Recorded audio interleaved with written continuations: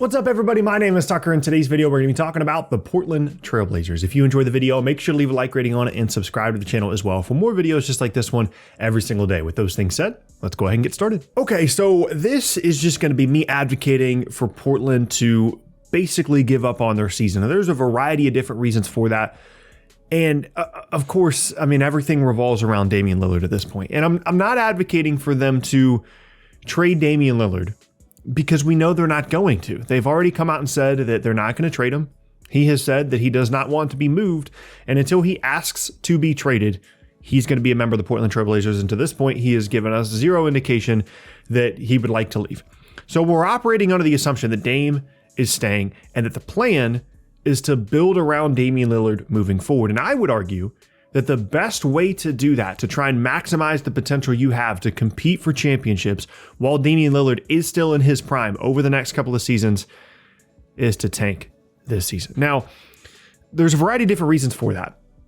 First up, they owe their 2022 first round pick to Chicago, top 14 protected. So already there is incentive for them to be in the lottery, to not make the playoffs, to have one of the 14 worst records in the league, and ultimately keep their first round pick this year. Even if it's the 14th, 13th, 12th pick, that's such a valuable asset when you're where Portland is. They have some interesting young guys on the fringes, Nazir Little, Anthony Simons, but realistically, you don't have a young guy that you're excited about coming. There's no Michael Porter Jr. on this roster pre-back injury. There's not a ton of like upside players here that you can think about projecting into the future. There's no James Wiseman here. There's no Jonathan Kuminga.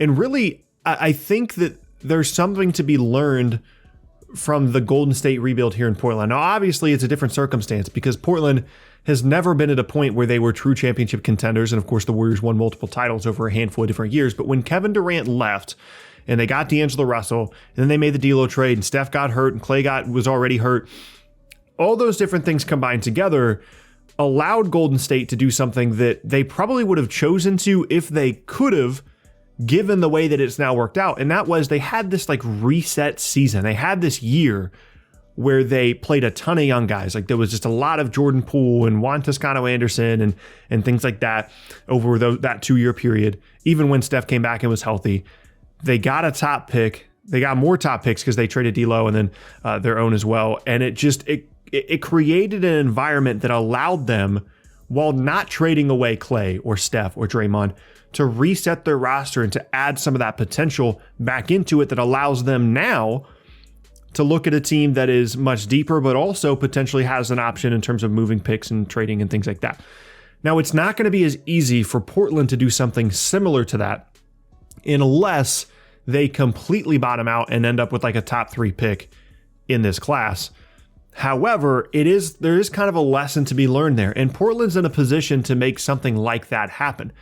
Dame is already beat up. He's got this like weird abdominal thing that gets mentioned, then he plays, then he doesn't play. They're talking about like what's the long-term plan for him to try and get through the season.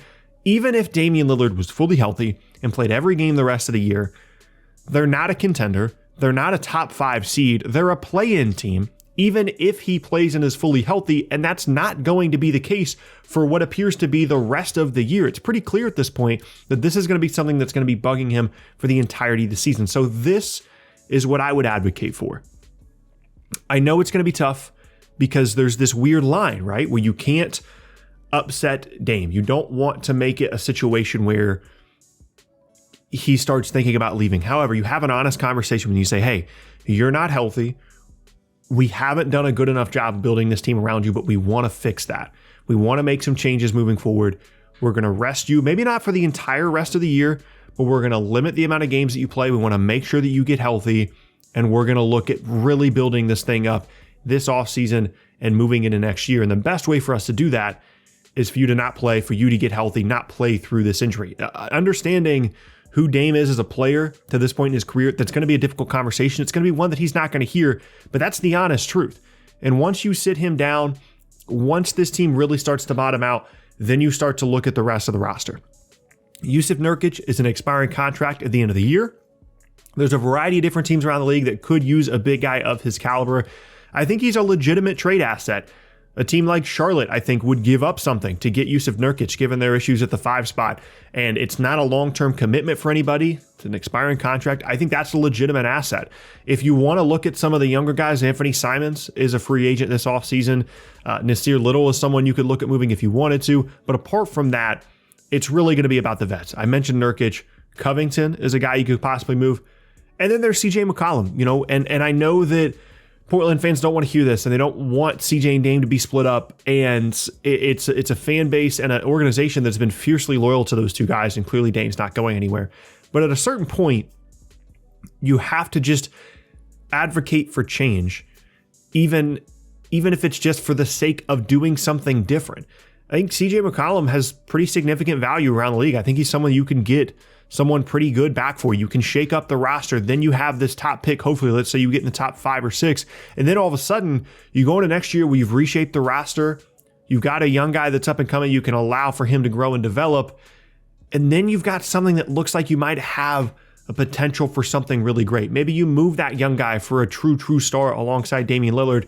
And 2 years from now, Portland is a legitimate contender the way that Golden State is now, the way that they weren't 2 years ago. Again, it's a different situation because Golden State had the core of a championship team there waiting to come back and be fully healthy, and Draymond, Steph, and now Klay returning as well.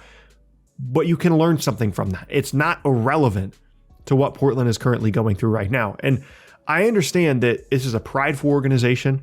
It's a team that prides itself on not giving up, on being a postseason contender, on always being around. But the bottom line is, as of the recording of this video, you're 12th in the West. You're looking up at the Sacramento Kings and the Minnesota Timberwolves in the Western Conference standings. That in itself should tell you, yes, you've had protocol issues, you've had injury issues, Dame hasn't been fully healthy. Everybody's dealt with stuff. And quite frankly, I'm not convinced that even if you were fully healthy, that you are better than Minnesota, at least. You're probably better than Sacramento, but I'm not convinced that you're better than Minnesota, even when fully healthy. The rest of the bottom of the West, some of them have passed you by.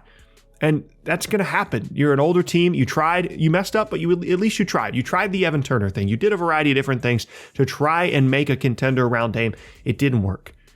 So go back to that mindset. Go back to the how can we create a contender mindset? And sometimes, especially in the NBA, you have to take a step back before you can really go out and be that contender again. How exciting would it be? Think about this. If you're a Portland fan that's watching this video and you're not all the way in on this idea, think about how exciting it could be.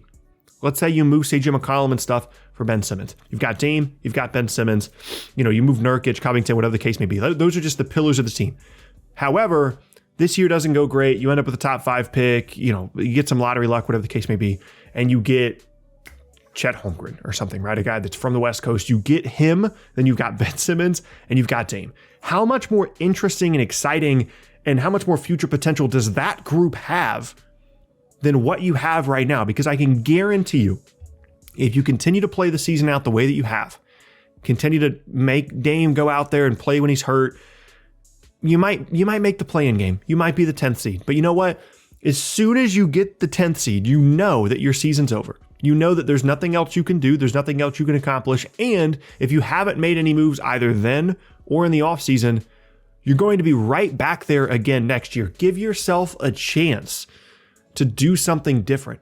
Give yourself as an organization a chance to show the fans something different. They've watched this product for years, and sometimes it's been really exciting. You made a Western Conference Finals, but those years have passed you by, and it is time to make some kind of drastic and dramatic change. And if trading away Damian Lillard is not that change, and it doesn't appear as though it will be, you have to make some kind of other adjustment. So sit him down, tank, quite frankly, and I bet you'll be in a better spot 2 years from now than you are right now. I know it's way easier for me to sit here and say, hey, you'll be good 2 years from now from a basketball perspective when there's all these things going on in the world, and as an organization, you need to make money. You want to make sure that you're selling tickets. You want to make sure you're putting a quality basketball product on the floor.